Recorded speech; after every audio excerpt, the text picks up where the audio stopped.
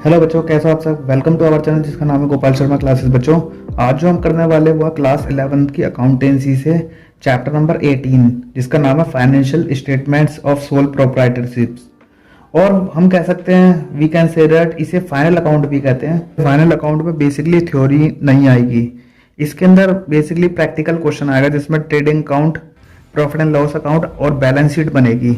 Final account बनाने के लिए बेसिकली ट्रायल बैलेंस का होना बहुत जरूरी है और ट्रायल बैलेंस बनने के बाद इसके अंदर trading, profit and loss account और बैलेंस शीट बनाई जाती है। फाइनेंशियल पोजीशन जानने के लिए किसी भी फर्म की बैलेंस शीट बनाना बहुत जरूरी है और इसके लिए ट्रेडिंग और प्रॉफिट एंड लॉस अकाउंट आना भी बहुत जरूरी है। तो हम इस चैप्टर के अंदर यही चीजें कवर करेंगे कि किस तरह से ट्रेडिंग अकाउंट बनता है और फिर उसकी मदद से प्रॉफिट एंड लॉस अकाउंट और फाइनली हमारी बैलेंस शीट भी बनेगी। तो बच्चों स्टार्ट करेंगे, ज्यादा ना टाइम वेस्ट करते स्टार्ट करते हैं। नमस्कार बच्चों, मेरा नाम है गोपाल और आप देख रहे हो Gopal Sharma classes. Let start.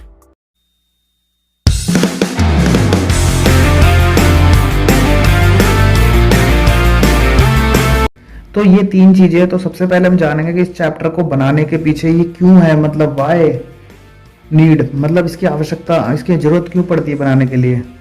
तो याद रखना बच्चों, financial statements are the statements prepared at the end of the accounting period to determine the financial performance, or we can say that profit or loss earned during the accounting period। मतलब financial statements एक ऐसी statement होती है, हर एक businessman ये चाहता है कि उसके साल के एंड में जर्नल एंट्री और उसका लेजर और उसका ट्रायल बैलेंस बनाने के बाद जो कितना प्रॉफिट हुआ है, कितना लॉस हुआ है, हर बिजनेसमैन ये जानना चाहता है कि उसे साल के अंत में कितना प्रॉफिट होगा या उसकी फाइनेंशियल पोजीशन क्या है। और इसे जानने के लिए उसे कुछ स्टेप्स करने पड़ते हैं। सबसे पहले उसे अकाउंट्स बनाने पड़ेंगे और वो जो अकाउंट्स बनेंगे उसका नाम है फाइनल अकाउंट। और फाइनल अकाउंट में बेसिकली तीन पार्ट है, trading account, profit and loss account and balance sheet. ये तीन अकाउंट्स बनाने के बाद उसे पता चलता है एक्चुअल में उसकी क्या पोजिशन है प्रॉफिट और लॉस की। Financial statements are the end product of the accounting process, prepared from the trial balance. They are prepared to know the profit and loss earned during the year.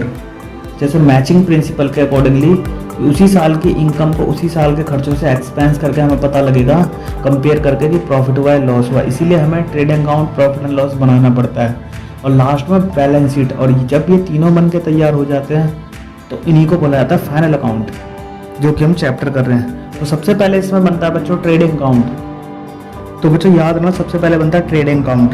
और trading account बनाने के लिए सबसे पहले याद रखना, इसके अंदर सारे डायरेक्ट एक्सपेंस और डायरेक्ट इनकम को ऐड लेस किया जाएगा। कहने का मतलब है डायरेक्ट से रिलेटेड है फैक्ट्री से रिलेटेड जितने भी इनकम होगी या एक्सपेंस होगी वो सबकी एंट्री यहीं पर ही होगी। तो सबसे पहले इसके अंदर जो टर्म आती है वो है ओपनिंग स्टॉक। तो बच्चों याद रखना, ट्रेडिंग अकाउंट का जो फॉर्मेट है वो आपके सामने है। तो याद रखना, हम वन बाय वन सारी एंट्री को डिस्कस करेंगे। इसके अंदर डेबिट साइड होगी और एक क्रेडिट साइड होगी। फॉर्मेट आप देख ही रहे, पार्टिकुलर अमाउंट। तो बच्चों सबसे पहले आएगा इसके अंदर opening stock. To opening stock की मतलब हमारे पास स्टार्टिंग से पहले हमारे पास कितना स्टॉक पड़ा हुआ था साल की स्टार्टिंग में। उसके बाद आएगा परचेज, क्या कि कितना माल परचेज किया हमने। उसमें से लेस करेंगे रिटर्न आउटवर्ड की। कुछ माल होता है जो बेकार आता है उसे हम रिटर्न कर देते, तो ये हो जाएगा परचेज रिटर्न या फिर रिटर्न आउटवर्ड। इसे करने के बाद हमारे पास आएगा नेट परचेज। उसके बाद और उस अमाउंट को हम लिखेंगे मेन कॉलम में। उसका तो वेजेस एंड सैलरीज जो होता है वो होता है फैक्ट्री से रिलेटेड खर्चा, तो इसमें आएगा। लेकिन अगर सैलरी एंड वेजेस आ गया तो वो प्रॉफिट एंड लॉस में जाएगा।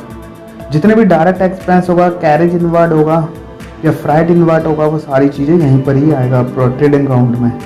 और फैक्ट्री का पावर होगा, फ्यूल हो जाएगा, वो सारा का सारा खर्चे के रूप में हम लिखेंगे ट्रेडिंग अकाउंट के अंदर। और इसी तरह से क्रेडिट साइड में आएगी सेल कि कितना सेल हुआ और लेस करेंगे सेल रिटर्न या रिटर्न आउटवर्ड, तो आएगी नेट सेल।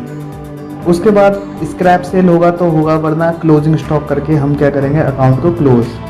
और उसके बाद लास्ट में हम टोटल करेंगे। अगर डेबिट साइड में टोटल ज़्यादा आ रहा है तो ग्रॉस लॉस बचेगा हमारे पास, और अगर क्रेडिट साइड में टोटल ज़्यादा आ रहा है तो हमारे पास क्या आएगा ग्रॉस प्रॉफिट बचेगा।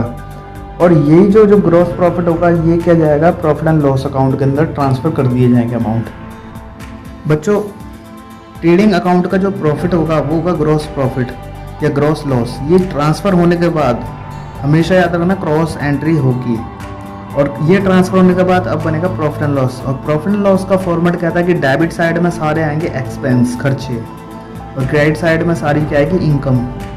तो जो डेबिट साइड में खर्चे क्या आएंगे, ऑफिस के अंदर ऑफिस से रिलेटेड खर्चे, जैसे सैलरी हो गया, रेंट हो गया, स्टेशनरी एंड प्रिंटिंग हो गया, postage and courier, Telegram, insurance, business promotion expenses, repairs हो जाए, डेप्रिसिएशन हो जाए, इंटरेस्ट हो जाए, कन्वेंस होगा, bank charges, general expense, electricity expense, loss हो गया या फिर कोई थेफ्ट हो गया फायर से तो वो भी इसी में आएगा, कमीशन होगा, क्योंकि डेबिट साइड में जितनी भी सारे खर्चे हैं, एडवर्टाइजमेंट हो गया, फ्राइट एंड कैरी आउटवर्ड हो गया, डिस्काउंट अलाउड, ट्रैवलिंग एक्सपेंस या बैड डेब्ट, ये जितनी भी सारे के सारे टर्म है, ये सारे के सारे एक्सपेंस है जो कि ऑफिस से रिलेटेड है, इसलिए इनको डेबिट किया गया है। और अगर ये क्रेडिट साइड में होंगे तो मान लिया अगर कोई चीज़ रिसीव हो गया, रेंट है तो वो रिसीव्ड होगा क्रेडिट में इनकम, डिस्काउंट रिसीव हो गया या कमीशन अर्नड हो गया, इंटरेस्ट रिसीव हो गया, बैड डेब्ट रिकवर्ड हो गया, इनकम फ्रॉम इन्वेस्टमेंट हो गया या डिविडेंड ऑन शेयर या कोई भी एक्स्ट्रा इनकम मिसलेनियस, ये सारे के सारे क्या आएगी क्रेडिट साइड में। और अगर डेबिट साइड का अगर टोटल ज़्यादा आएगा तो क्रेडिट साइड में आएगा नेट लॉस, और अगर क्रेडिट साइड में टोटल ज़्यादा है तो डेबिट साइड में आएगा नेट प्रॉफिट। और जो नेट प्रॉफिट होगा ये हमारी फर्म का नेट प्रॉफिट होगा और इसे बैलेंस शीट में ट्रांसफ़र कर दिया जाएगा। और बढ़ते हैं आगे, उसका लास्ट वन बचेगी बच्चों बैलेंस शीट। बैलेंस शीट में क्या होता है, एक साइड लायबिलिटी और दूसरी साइड में एसेट्स। और लायबिलिटी जैसे कि हम डिस्कस कर चुके हैं, लायबिलिटी में क्या आएगा, सबसे पहले आएगी कैपिटल, कि कितनी कैपिटल हमारे पास थी, उसमें ऐड करेंगे अगर कोई नेट प्रॉफिट हुआ है या फिर कोई इंटरेस्ट कैपिटल पे मिला है तो, और लेस कर देंगे कोई ड्राइंग कर दिया या इनकम टैक्स हो गया या ड्राइंग हो गया इंटरेस्ट पे या कोई भी लॉस होगा।